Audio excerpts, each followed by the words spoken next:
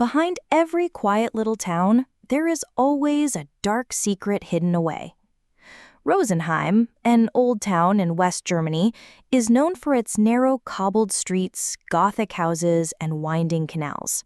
From the outside, Rosenheim appears peaceful, but for a woman named Helena Krüger, the town will always be a graveyard of memories, the place where her greatest love was taken from her in the most brutal way.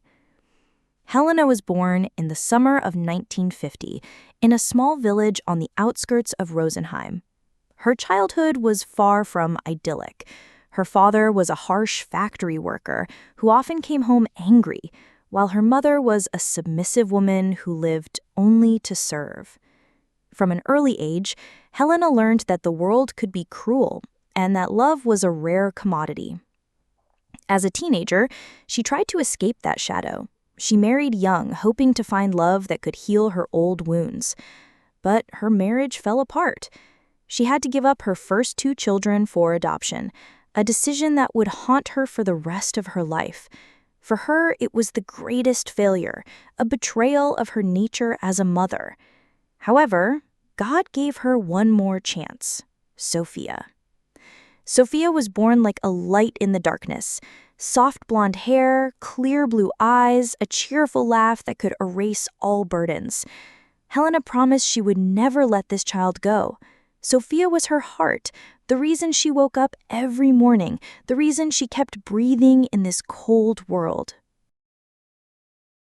Helena and Sofia lived in a small house with fading white paint. The old wooden windows were always open, letting the morning sun shine into their tiny kitchen. The smell of black coffee mixed with warm milk and the sound of spoons clinking against glass cups became their daily music. Their life was simple but full of love. The streets of Rosenheim, with its small bakery, weekly market, and old church, bore witness to their togetherness. Helena often walked Sofia to school along the cobblestone path, holding her hand to ward off the morning chill. For Helena, Sofia was more than just a child. She was an opportunity to atone for past mistakes, to prove that she could be a worthy mother. Every smile from Sofia was a reminder that life, though harsh, could still be beautiful.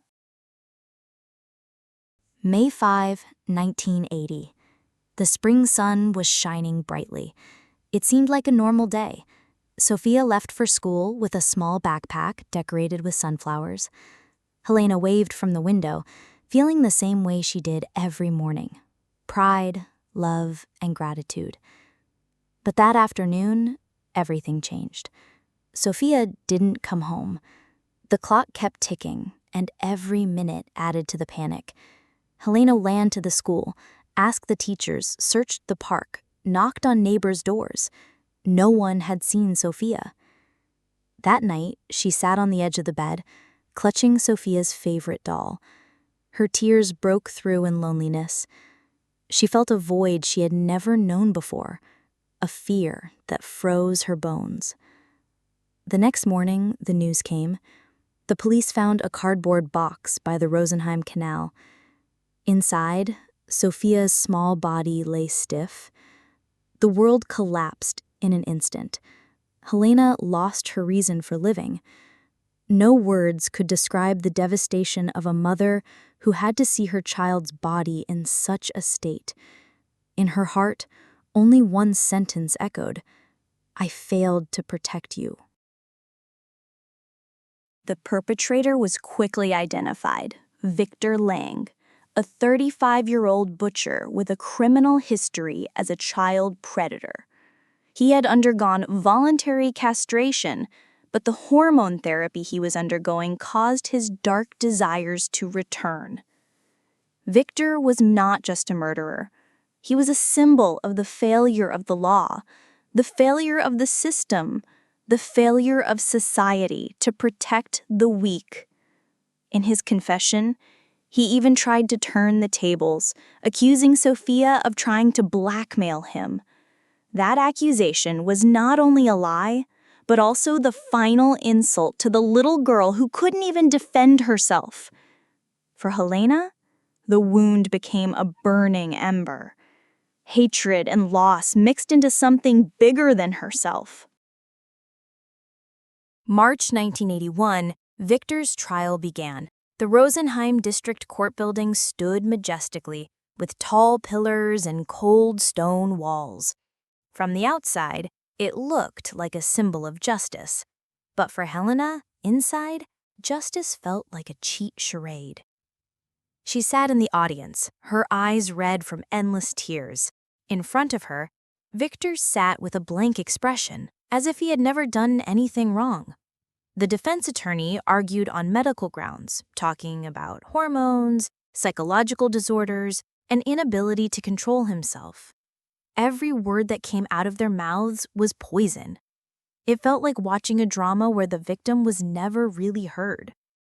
Sofia was only referred to as evidence in the case, no longer a child who had once been alive.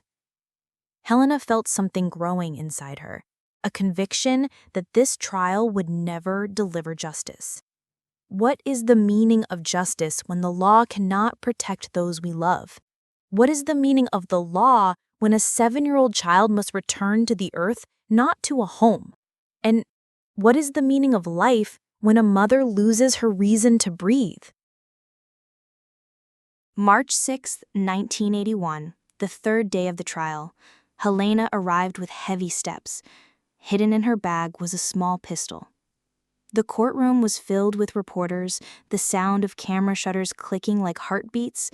The judge banged his gavel, the sound of wood echoing in the large room. Helena sat down, bowed her head, and held back her tears. In her heart, there was a monologue she could not suppress.